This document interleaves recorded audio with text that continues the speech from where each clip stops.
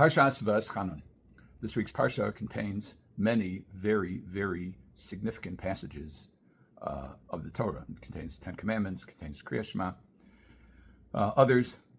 It also contains something that is somewhat enigmatic and puzzling. When in the beginning, the opening few paragraphs of the Parsha, we're talking about, this is now Perek Daled. We can start from Aleph, from 1, but I really want to focus on Gimel. But let's read the various verses, the psukim, and see what sense we can make of them. So this starts out with the very first verse of the 4th chapter. It says, "V'ato Yisrael shma lechukim ve'mishpatim asher anochi melamed eschem lasos." So, and you, O Israel, listen to the decrees and the ordinances that I teach you to perform, so that you may live. L'man tichyu v'vasem v'yishtem es haaretz, and you'll come, you'll arrive, and you will inherit the land asher Hashem Elokei avosechem nosen lechem, that Hashem, the God of your fathers, gives you. Okay, you're going into the land. It's the Eretz HaKodesh. It's the Holy Land, and you're supposed to act appropriately. And for a Jew, that means following all of the mitzvos in the Torah, both those that we understand and those that are less comprehensible. The ones we understand tend to be those that we have in common with other societies, laws that regulate civil interactions, property rights, rights to one's person, to not be harmed by others, and obligations not to steal, not to kill, not to commit adultery, etc. Those are very common in many societies. And then there are others that are, and those we consider to be mishpatim, classically, which we may translate as civil law. Then we have chukim. Chukim are laws that we must observe, whose rationales are not immediately evident. They're not immediately understandable. And that can present a challenge. We're going to talk about that. So the next verse, which is Beis, verse 2, Hashem says through Moshe, don't mess with the law. Don't add to it and don't detract from it. Lo sosifu al davar sheni mitzvah eschem, lo sigru mimenu. Don't add to it, don't take away from it. Lishmor mitzvos Hashem Elokechem asher anochi mitzvah eschem. But you should observe the commandments, follow the law. Enechem horo'os, this is the next verse, Gimel. Enechem horo'os, eis asher asa Hashem b'val pa'or, ki kol ish asher alach achrei b'val pa'or ish mido Hashem Elokechem minkabecha. You've seen the consequences of straying. Those of the Jews who served the idol called Baal Peor, they died. They were destroyed. So, but there are remnants, and those remnants who, as opposed to serving the idol, serve God, cling to God in the language of the verse. And you who cling to the Lord your God, you're alive. You have true life. Here's the intro to the difficult verse.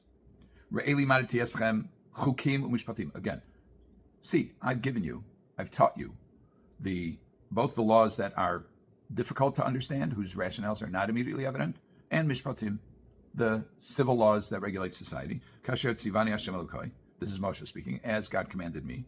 Lasos kain b'kerev haaretz asher atem bo'im shama l'rishtal. Once again, to do these in the land, there's an intimate connection between performance of the mitzvos and inhabiting the land. Here's what might be a challenging verse. Ushmartem vasisem. You shall. Now, typically we render ushmartem to be you will observe, and vasisem you will do. Rashi says ushmartem actually means, the root of shmartem is shin mem reish, which means to guard or preserve.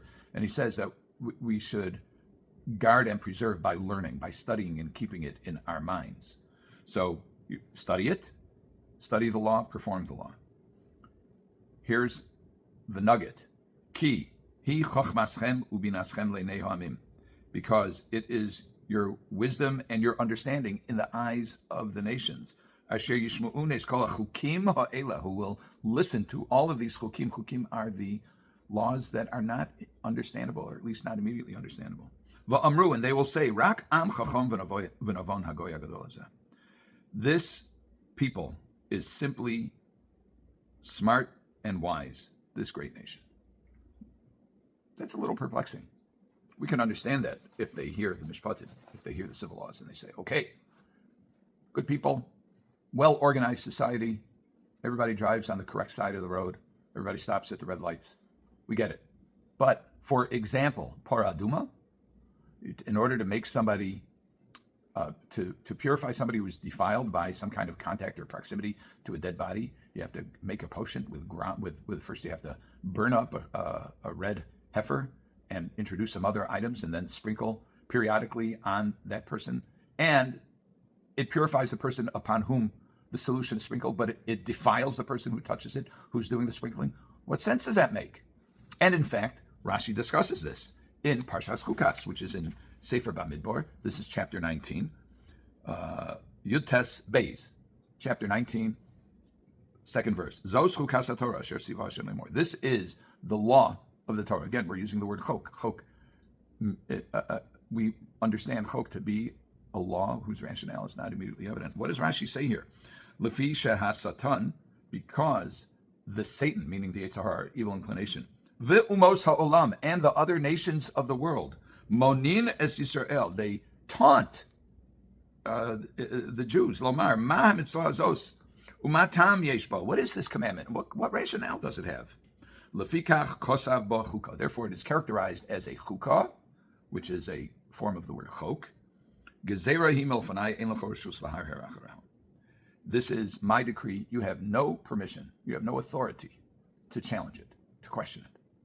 So here we see explicitly in Rashi says that the umos ha'olam, the nations of the world, taunt the Jews because of their weird practices. That is in chapter 19 of the book of Bamidbar. But here we are in chapter 4 of the book of Devarim, and the Torah asserts that when the nations of the world will see the laws, it says that the nations of the world will say, it is your wisdom and your understanding in the eyes of the nations of the world. Who will hear these chukim? How do we reconcile these two approaches? So the Sefer Shaarei Aharon, who presents and does a nice job of synthesizing and analyzing various opinions, he quotes the Malbim, and the Malbim addresses a similar issue, and he says it's only on first glance, first blush, if you will, that people will criticize. It's like watching, not his analogy, but mine, like watching a painter who paints and he puts black splotches over here and a bunch of other colors, an impressionist. If you would watch Claude Monet paint a picture, ding, ding, ding, ding, all kinds of dots. Well, some of them look like a recognizable image at the very beginning, and others look not very pretty in the process.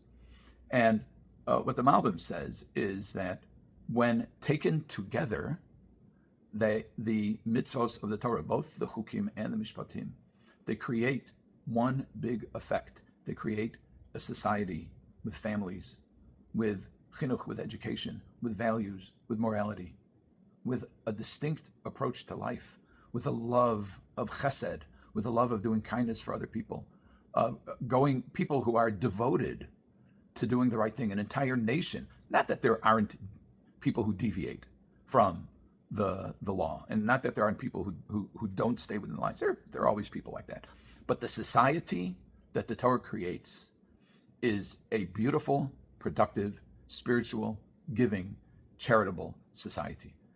And when the nations of the world look and they see this, which we don't understand, these chukim, which we do not understand, combined with the mishpatim, and they come up with this wonderful result, they'll say, these people are okay.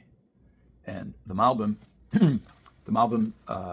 analogizes to two doctors, one who's very conventional, competent and conventional, and one who's competent, almost completely conventional, but has a few, shall we say, out-of-the-box remedies. And when people come to him, they actually work. People will ascribe genius to that person because he has found something unconventional to address a problem. The Malbim articulates this principle. The analogy is from the Drashos Haran, who was a Rishon, and he talks about this analogy with the doctor. And it could be that this is the meaning of a verse that we say in Tehillim. We say it at least once a week, which is on Shabbos, Tehillim Yud Tes, which is, this is Yutes Yud, which is chapter 19, verse 10. Yiras Hashem Tahor Omedes La'ad. The fear of the Lord is pure and it lasts forever. Mishpetei Hashem Emes Tzadku Yachdav. And the laws of God are true. Tzadku Yachdav. They are just altogether. Yachdav comes from echad or yachad, which means together. So Ibn Ezra and others say that tzadku yachdav, meaning that one does not contradict the other. They're all consistent in their approach. One might offer a second explanation based on the explanation of the Malbim to this conflict that we have about chukim. Even though here it talks about mishpatim, but mishpatim, when it's by itself, can mean all of the laws. When it's in contrast to chukim, it can mean the only the civil laws. Here it means, I'm suggesting, it means all of the laws. And tzadku yachdav, they make sense when they're all put together. When we see them all together, even though one brushstroke may look wild at some point, but when we look at the total picture together, it's chachma and bina. It's wisdom and understanding. Have a good Shabbat.